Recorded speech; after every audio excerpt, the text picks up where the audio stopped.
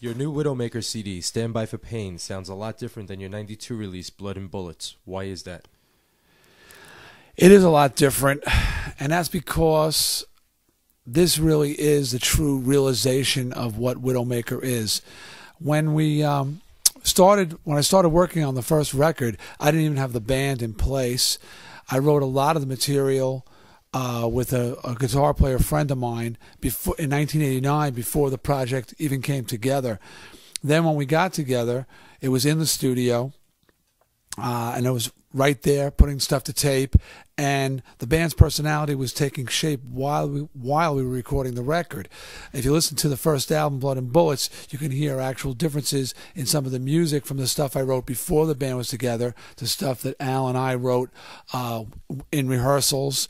We jammed on a song called Evil, which really, an old blues standard, which really became a killer track that we did. And as the project developed in the studio, I saw that this was going to be a lot different once it came together than it was actually starting out to be. Got anything to say on that subject? I think you nailed it perfectly. I nailed it perfectly. So now you got to understand, we've been together 4 years now. When Blood and Bullets was recorded, it was 1991. That album was released in 92. We've now been out on the road for the past couple of years. We know each other. As a band, we've become more of an entity. And what you hear now on Stand By for Pain is really what the band is all about. Yeah, what Widowmaker is in the 90s. The first album had a bit of an 80s sound to it because it was really came from my 80s influences. But now that we've been out on tour together as a band for 4 years, the band has a distinct 90s sound, and we really feel that this is a band that is a part of the 90s scene. And also, there was a lot of things going on at that time in the music scene. You know, from when we finished Blood and Bullets, that's when like Nirvana had come out, Soundgarden, the whole Seattle movement, the grunge movement. I mean, just music, heavy metal as we knew it, was turned upside down in a relatively short period of time. Yeah, a lot of changes. The album came out in 92, but it was written in 89 and 90, most of it, and recorded in 91. So really the whole change in metal hadn't come about like it has now.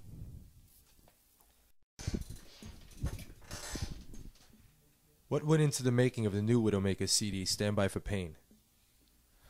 Well, that was, I think we just kind of went for it. You know, I know that our previous record company, Esquire, had gone under, and we were without a deal. I was over in Europe doing some work, and Dee had given me a phone call and said, hey, you know, we got a new deal. We got to go do a record, and it's going to be released in a couple months, and we hadn't really any songs written. Yeah, basically, we had been playing together for quite a while without a deal. When the deal finally came together, I asked the record company, it was in July of 94. I asked the record company when the next release date was. They said they needed product by the end of August. And I said, we'll be there. And I called Al up. He was over in Europe touring with Asia. And I said, Al, we got to go into the studio. We have to deliver a finished record by August 23rd. And he said, Dee, we have no songs. And I said, well, you know, but basically, we were so ready to do this record. Well, just as a band, we've been out, you know, doing it with no tour support, with no record company, with nothing. We just stayed out in the clubs and kept banging it out. So we kept getting better and better as a band and knowing each other musically. So we just felt like, hey, let's just go for it. We can do this. And in 6 weeks' time, we wrote the entire record, recorded it, mixed it, mastered it, and delivered it to a very surprised CMC International. I'm very surprised everybody because nobody thought we could pull it off. Yeah, and have it be a killer record, but we were more than ready.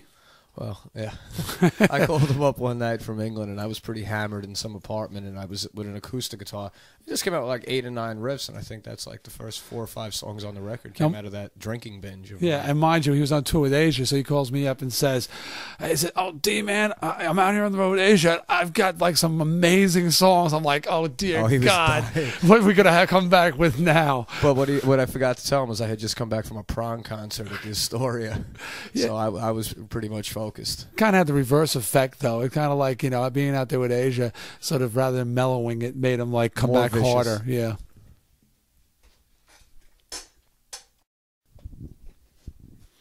Dee, how does the writing process of Widowmaker differ from that of your old band, Twisted Sister? It's considerably different in that with Twisted, I wrote every song myself. And when Twisted fell apart, I left, whatever you want to call it, I sat back and really examined what I was happy with from the Twisted days and what I wanted to change. And I really felt that the Twisted songs did not have staying power. They were very immediate. You heard them, you reacted to them, people liked them, but they faded away quickly. And I wanted my new music to have a musical integrity and a second dimension or depth that Twisted's music didn't have. And I realized the only way to get that was for me to start writing with guitar players or other musicians who could create a musical bed for my melodies. In Widowmaker, Al and I do most of the writing together. I've written on this new record a couple songs with drummer Joe Franco and bass player Mark Russell. But it's a very, very different process for me. Occasionally, I'll still do a song myself. Stand By for Pain, you had just brought in a completed tune. Yeah, if I see something, but I really enjoy working with somebody else, the give and take. I don't care for splitting the money, but well, there's life's little setbacks everywhere. All of a sudden, Dee sharing the publishing. It's like I go dollar for dollar for him now. These people here out there know what we're talking about. You get paid for the songs you write, but really, I mean, at the end of the day, I want songs that are memorable and have staying power. You know, I want the Widowmaker stuff to be the classic rock of 10 or 20 years from now. He's going to stop it. What are the major differences between Twisted Sister and Widowmaker? Besides the makeup and costumes, we're all short except him. And Al's beard. Al's on again, off again beard. It depends what month it is. Actually, it's time of day, I think. You know, I saw Santa Claus, the movie, Santa Claus, and Tim Allen reminded me of you. After he becomes the new Santa, he has a problem that he shaves in the morning, and by night he has a full Santa beard. There you go. So, which is a lot like Al. Now, if you get right down to it, the bottom line is that Twisted Sister was a band that visual was first, music was second. I wrote a song in Twisted that was the light pattern was written before I wrote the song. I wrote the song to go with the lights. I had songs that I wrote to go with videos. There's none of that in Widowmaker. Widowmaker is music first and foremost. And we don't have a light man, so it doesn't matter. Right. The visual is secondary. Not to say that it isn't a great show to watch. There's a lot of energy, a lot of intensity. As a matter of fact, that to me is the only comparison between Twisted and Widowmaker is the live intensity. There's nothing different from the Twisted days. Again, no makeup, costumes, but that same energy exists. But beyond that, this is a musical entity first and foremost. And I agree 100%. And, you know, Twisted had 2 guitar players. We have 1, so there's half as many as mistakes. That's the only way I can. And you don't hear the tuning as much. And you don't notice how out of tune I am because there's nothing to bounce it off of.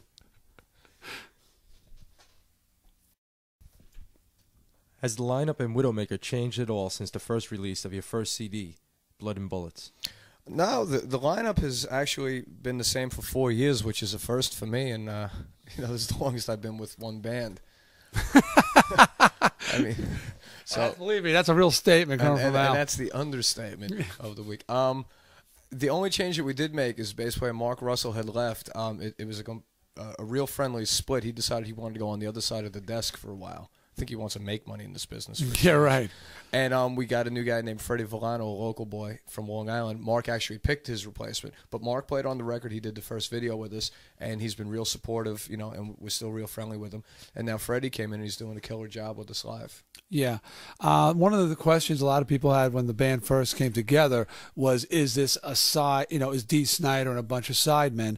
Because so many of my predecessors like Ozzy and David Lee and Ronnie James do just that. They put together a band, you know, David Coverdale, they put together a band, and it's not really a band, it's just a band name, and it's David Coverdale, and he keeps changing the band members. But I told people 2 years ago that this was a band, and it is still the same guys. Yes, Mark Russell has left, but it isn't like I said, all right, we're getting rid of Mark. Mark, you know, just moved on, and again, it's a very friendly situation. And this is definitely a labor of love because there hasn't been a lot of bread for anybody in this job. Al's been on tour with bands like Alice Cooper and Great White. He's seen the best of the rock and roll world, as has most of the other guys in the band, and yet they're still here with Widowmaker. First album had a tough time. We made a little dent, and we're starting from the street up with the Stand By for Pain record, and everybody's still hanging in there because we all believe in the project. Absolutely. You know, we've all done world-class tours and buses and hotels and jets and all that stuff, and now me and Dee are sharing a goodly amount of the driving, you know, going from town to town just to hammer it home, because anything worth doing is worth doing that way. Actually fighting about who's going to drive the minivan. Well, he doesn't like the way I drive. Let me drive. No, I want to drive for a while. Come on, let me drive. It's like ridiculous. So now I'm going for my bus driver's license, and we had it sewed up.